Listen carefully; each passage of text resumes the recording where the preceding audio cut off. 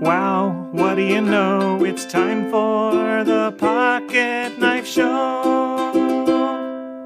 Hey, it's Mike on the mic again for the Pocket Knife Podcast. Time for another episode. Got a question for you. Are you a believer? And how do people know? I mean, you're not or you haven't been going to church, right? Because of this coronavirus, so you've been staying home. How do people know that you're a believer in Jesus? Maybe it's because you are citing the correct articles about COVID-19. Maybe your memes, sarcastic as they are pointing people to the truth. I'm sure all the name-calling and divisive talk are showing you to be a Jesus follower. Jesus called his enemies a brood of vipers, whitewashed tombs, hypocrites. What? Jesus said we would be known as his disciples by one thing. In John 13:34, this is what Jesus says, "A new command I give you, love one another. As I have loved you, so you must love one another. By this, everyone will know that you are my disciples, if you love one another." So all our political talk, our unkind memes, our name-calling and divisive talk does nothing for the kingdom. It does nothing, not at all. It's our love lived out that will show people that we're true followers of Jesus. If we watch Jesus, we can see what actions he gets called out for in his life, and they aren't what we'd expect. In Matthew 9:9-13, we find this story. As Jesus went on from there, he saw a man named Matthew sitting at the tax collector's booth. "Follow me," he told him, and Matthew got up and followed him.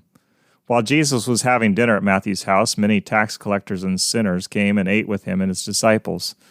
When the Pharisees saw this, they asked his disciples, "Why does your teacher eat with tax collectors and sinners?" On hearing this, Jesus said, "It is not the healthy who need a doctor, but the sick.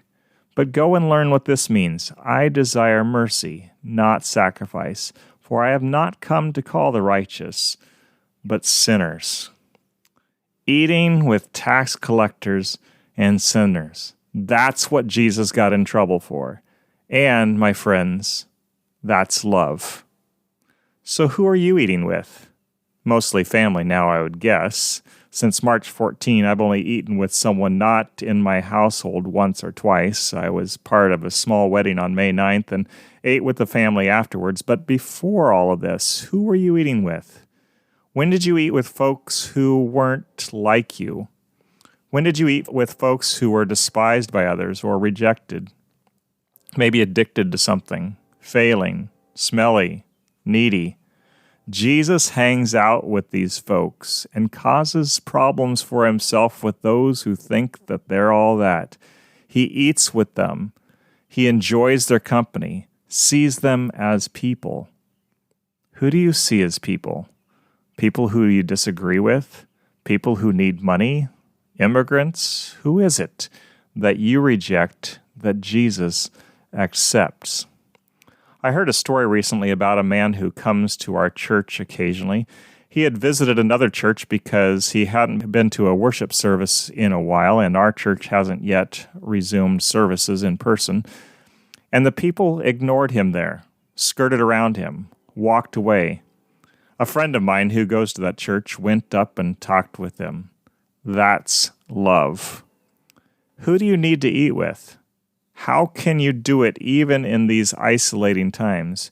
You always eat with sinners, by the way, and the folks who eat with you are eating with a sinner also, aren't they? So enjoy each other's company. Love each other deeply. Encourage one another. Pray for one another. Who in your church needs love? Who in your community needs love? "A new command I give you," Jesus said, "love one another. As I have loved you, so you must love one another. By this, everyone will know that you are my disciples, if you love one another." Doesn't do any good to hear the word if you don't put it into practice, right? So go out and do what you've heard. God bless you as you do so. Oh no, it's sad, I know. We've to the end of the show. See you next time.